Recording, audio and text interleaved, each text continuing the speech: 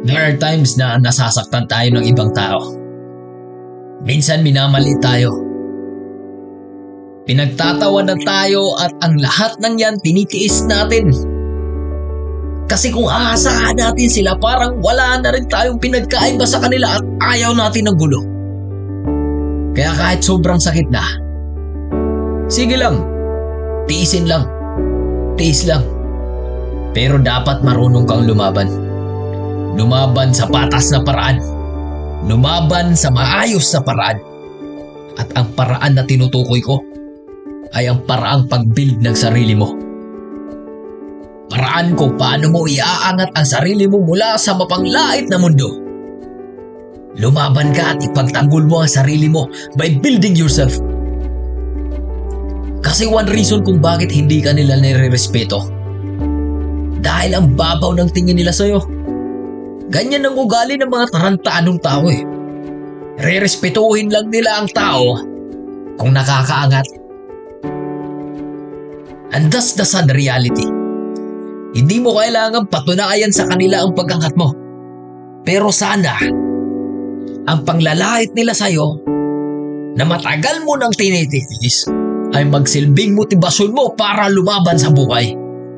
Para tulungan mo ang sarili mo na makaalis sa mahirap na sitwasyon mo.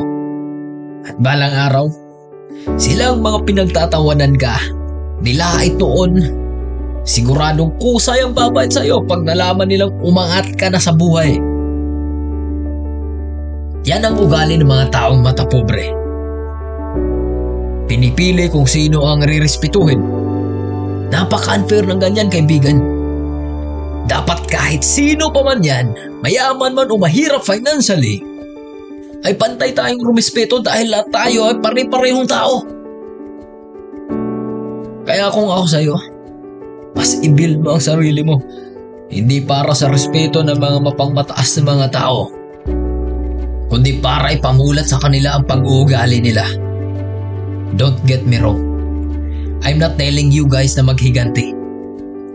That's not good. Kasi ang tunay na maghihiganti para sa inyo is yung pag-angat mo sa buhay. Kusa nitong ipaparealize sa mga taong nanlait at nanliit sa inyo dati na isa ka pa ring tao na dapat pala noon pa lang ay nirespeto ka na nila. Kasi ngayon, kung hindi lang makapal ang mukha nila, silang nanlait sa'yo noon, kusang mahihiyang lumapit sa'yo yan ngayon. Dahil sa konsensya ng mga ginawa nila. And that conscience ang tinutukoy kong magpaparealize sa kanila. At sana, the time na umangat ka, matuto ka pa rin lumingon sa pinanggalingan mo. Dahil delikado baka lumaki na rin ang ulo mo. Sigurado akong madaling bawiin ng Diyos yan sa'yo ang mga na-achieve mo. Kaya kung balak mong lumaban sa hamon ng buhay, lumaban ka ng patas. Lumaban sa pamamagitan ng pagpapaangat ng buhay na may kasamang pagpapakumbaba at pagpapasalamat sa taas. Dahil kung hindi dahil sa process na binigay sa iyo ng Diyos, wala ang progress na meron ka ngayon.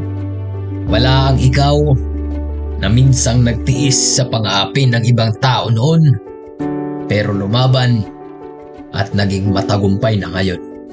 God bless.